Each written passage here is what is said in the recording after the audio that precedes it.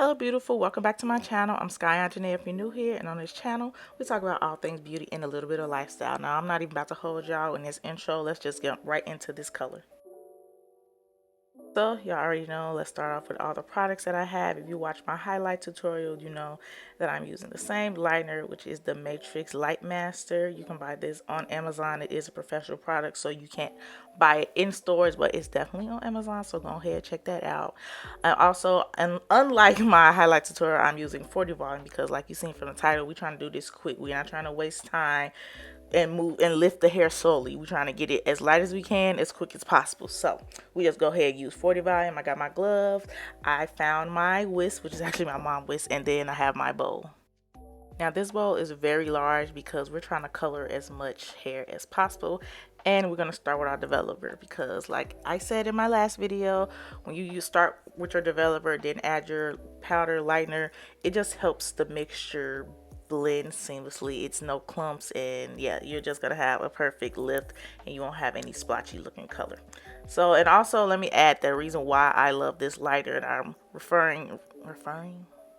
recommending and why I'm recommending this is because it has a bonder inside, which is going to help protect your hair and those disulfide bonds, which is what breaks and can damage if you don't know what you're doing, or if you're just not paying attention, or you overprocess, or whatever the case may be. This lightener helps protect your hair as well as bleach it. Now, unlike when I did with my highlights, you want to make sure the consistency is more liquidy, not like runny like water, but you do want to make sure it drips off your brush, if that makes sense, instead of like a more creamier, kind of thicker consistency. This is just going to allow when we dip the hair for it to distribute evenly around the hair, so you lift evenly and it won't come out splotchy.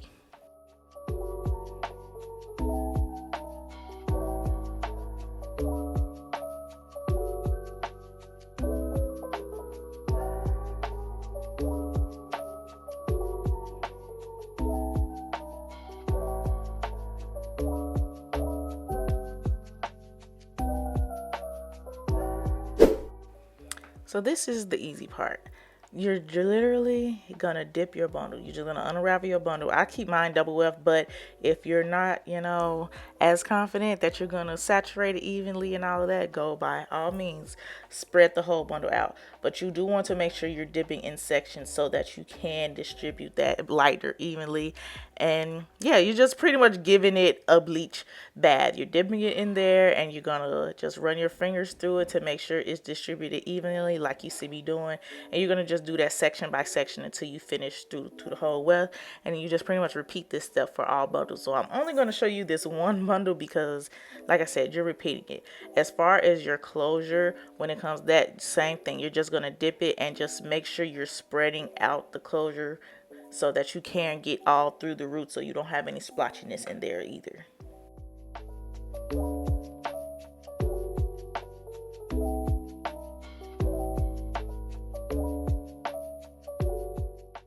You do also want to make sure the actual hair is smoothed out. You don't want to have any tangles or anything in it. That's why you see me shaking it apart and smoothing those bundles out, because if you do have any lumps or tangles in the hair, that will cause splotchiness as well, and we're not doing it. Like I said, we're about to become professional.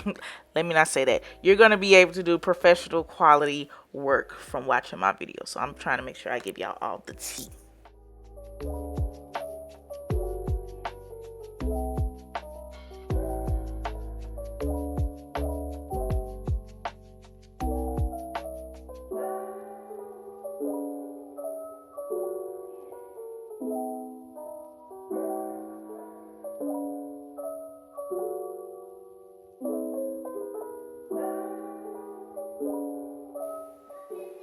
Okay, now once you've gotten all the way through the weft, you want to just spread that out. That is if you didn't already do that. But you want to spread that out and just fold it the opposite way, and then, redip it and redistribute that color, that lightener, to make sure it's on both sides of the weft, because it would be awful if you were doing all of this work and then turn around and the whole back side was not even saturated. So just make sure you do that. That is a very important and key step to when you're lightening bundles, especially when you have to lighten the full bundle. Yeah, so doing that is going to help.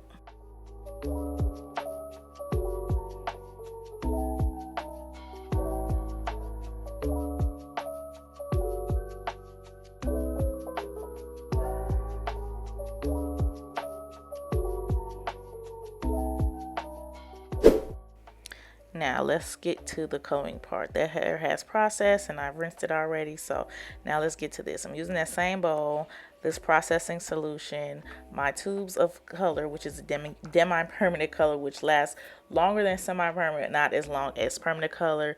And then of course my scale, because we have to mix this color up. I love this color because it just gives the hair a nice shine. It conditions the hair as well, and it lasts pretty long.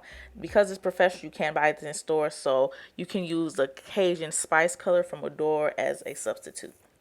Now this is the hair after I bleached it. I bleached it to about a level 7. No, this actually is a true level 7, to be honest.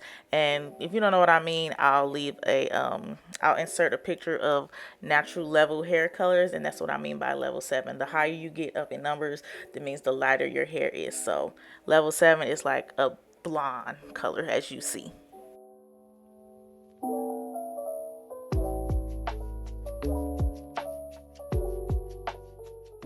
Now let's do our mixture. Now we're going to mix 1-to-1 ratio, and what that means is equal parts. So if I have 1 ounce of the color, I'm going to add 1 ounce of developer. Now I have 4 bottles and they're each 2 ounces each, so it means I should have 8 ounces of the solution that I'm pouring here, and you're going to see on the scale how it gets up to 8 ounces. And then we're going to pour all of the bottles, well, not all of them, but 8 ounces of those bottles into that mixture, and then we're just going to mix that. I know that was a lot of math, but once you do that, you're going to have 16 full ounces or 1 pound. So yeah.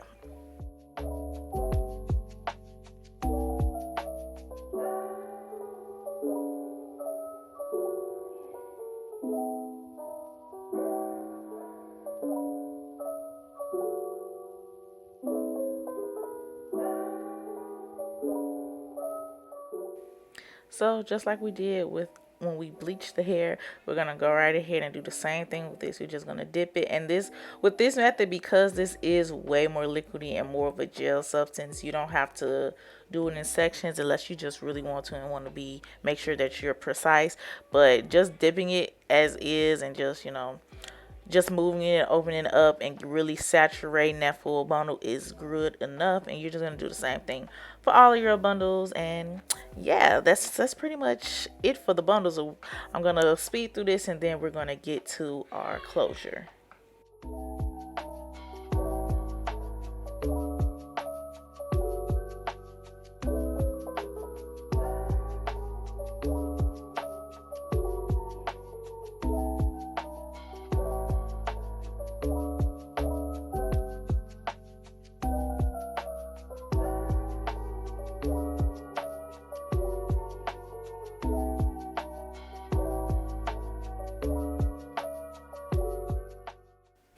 Now, I know I said you don't have to do it in sections, but I'm literally running out of my mixture. So that's why I went ahead and started doing it in sections, just in case I didn't have enough for this bundle. I didn't want to have to, it just would have been too much. So yeah, that's why I started doing this one in sections. And clearly I ran out, so I had to remix.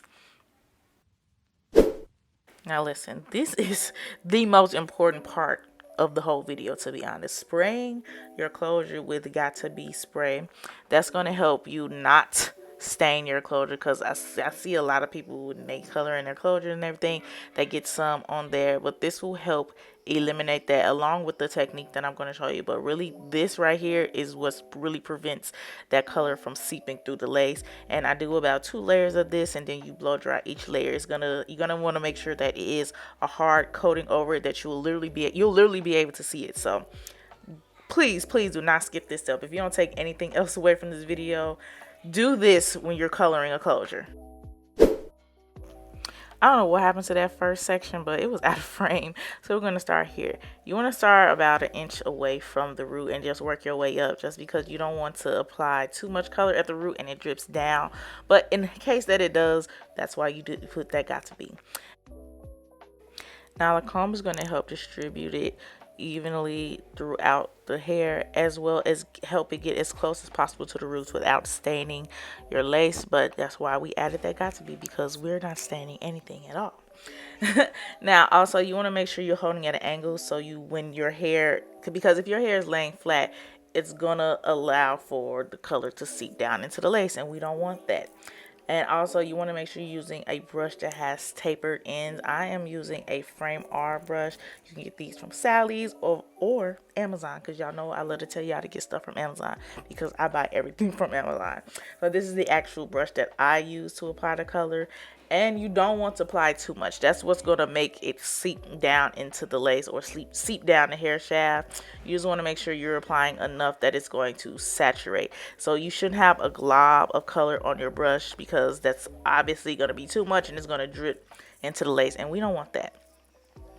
So yeah, we're just going to continue this process throughout the closure, and you don't have to bring this color all the way down through to the ends, because we're just trying to make sure we get as precisely close as to the roots, or the lace, as possible.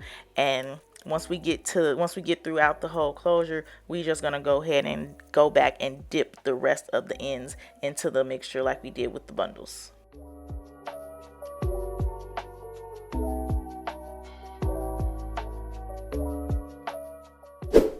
So this is how the color should look after you finish, and it processes. It has to sit for 30 minutes after that. But look at the lace. I did not bleach the lace at all, and the color is coming out more red on camera than it actually is in person, or like you saw in the beginning of the video.